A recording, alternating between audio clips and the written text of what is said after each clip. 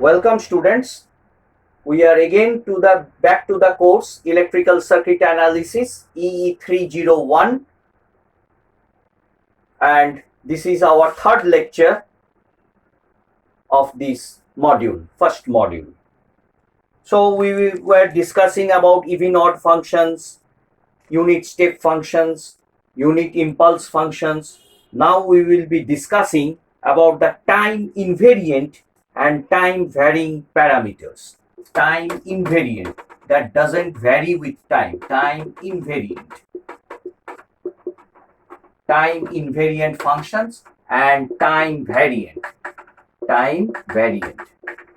that the functions that varies with the time, with the change of the time. One example you can directly give, that a working register.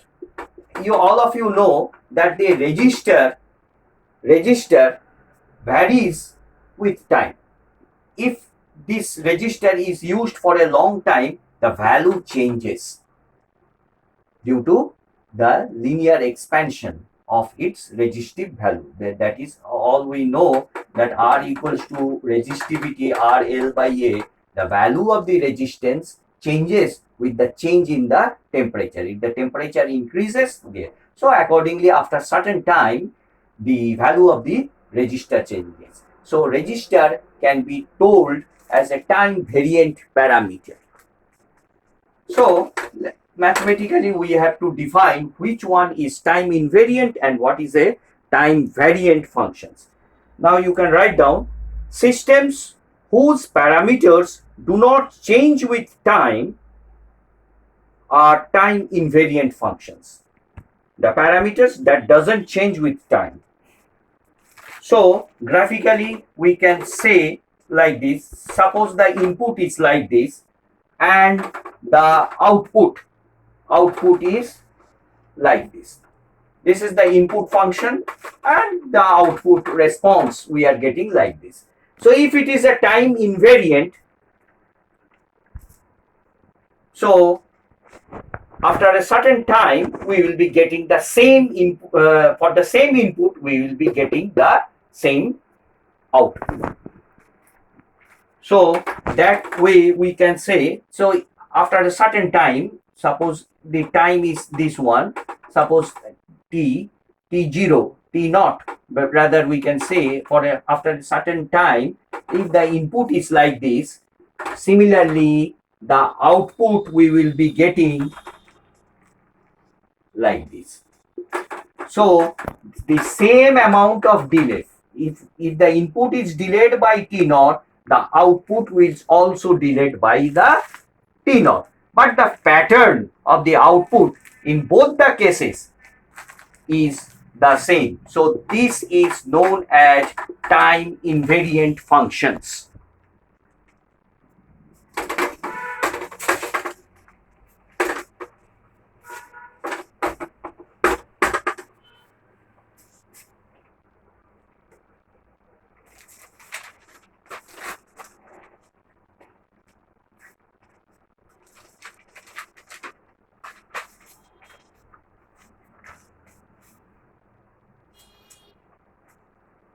So you can write down a system with an input-output relationships described by linear differential equation is a LTI system whose coefficients are constants. So the first order differential equation of a RL circuit, we can, for given some excitations, let it be a DC excitation. This is R, this is L. So if the current amount of flow is I, so we can write the governing equation Ri plus L di by dt is equal to E. So this is a first order differential. So a system whose input-output relationship. So what is the output? Output is the current. And what is the input? Input is our E. This is some DC step amount of voltage. Is described by a linear differential equation. So this is a linear differential equations whose coefficients are constant. Now, if the coefficients are constant, so for a certain time, if the register value doesn't change, if we think like this is a constant and this is also a constant. So it is a time invariant system. So what is this? This one is LTI system, linear time invariant system. Now, if the coefficients are functions of time, then the system is linear time varying system.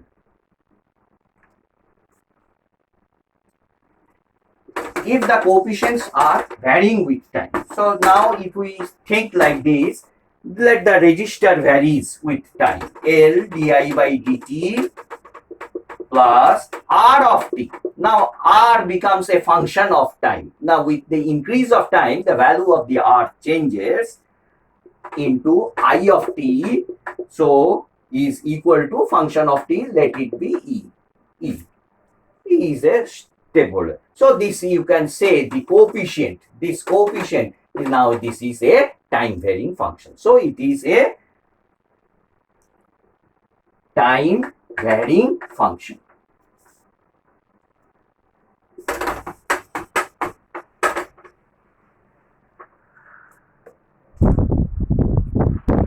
So what is a linear element?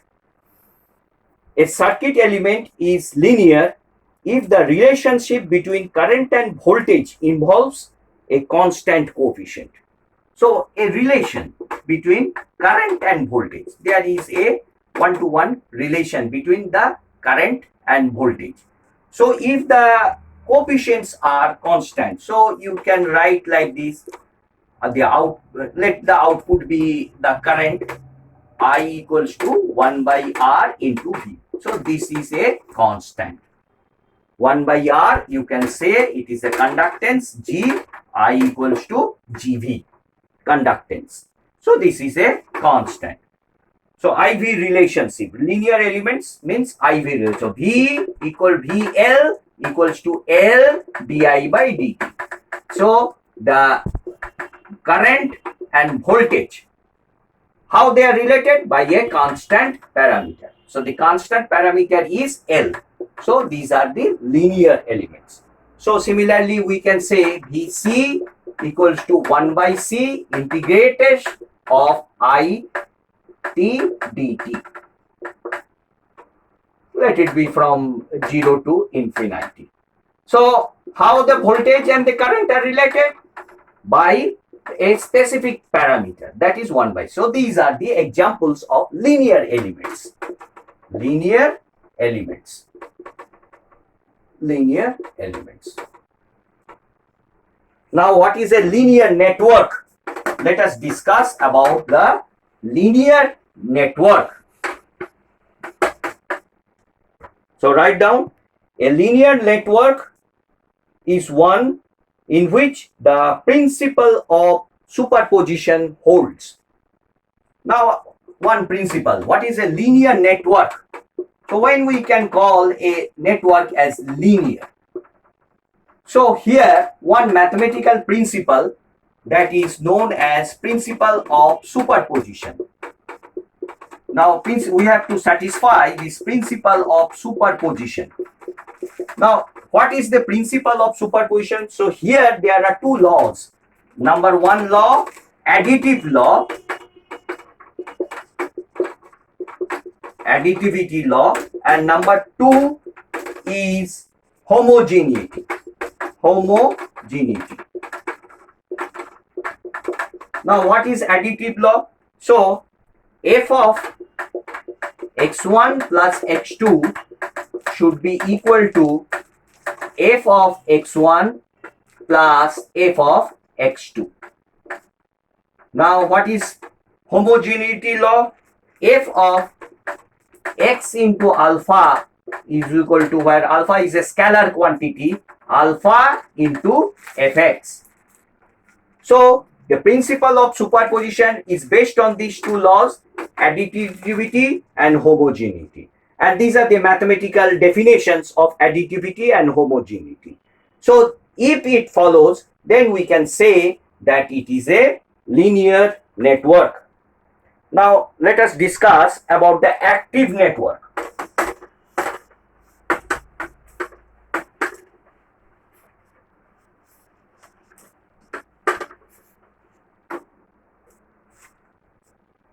Write down a network containing energy sources together with some circuit elements.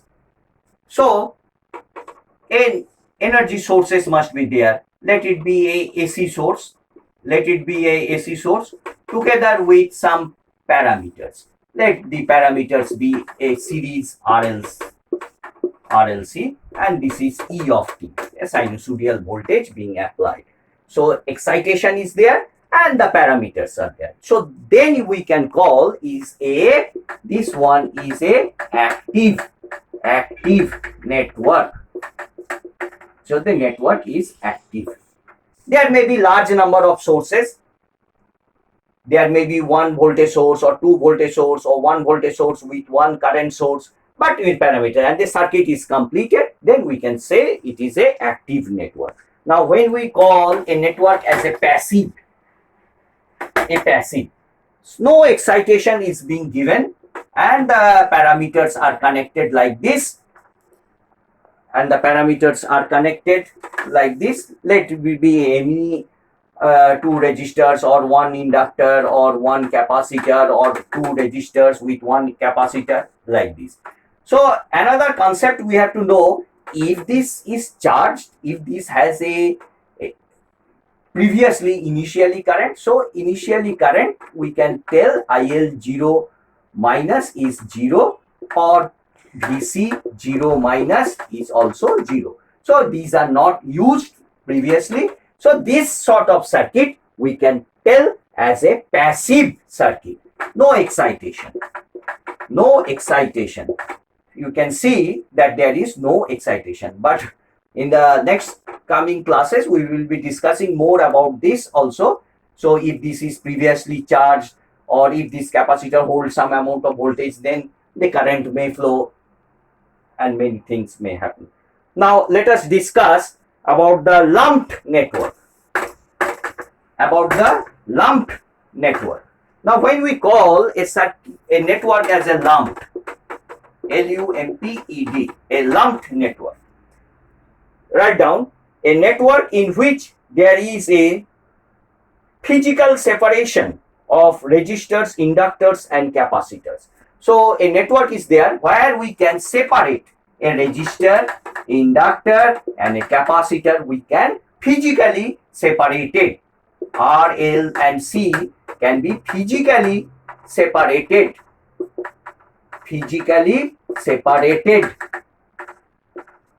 Then we can say the network as a lumped network. We can call a network as this can be separated, this can be separated and the capacitor can be separated. We can call as a lumped network. Now let us discuss about the distributed network. Distributed network.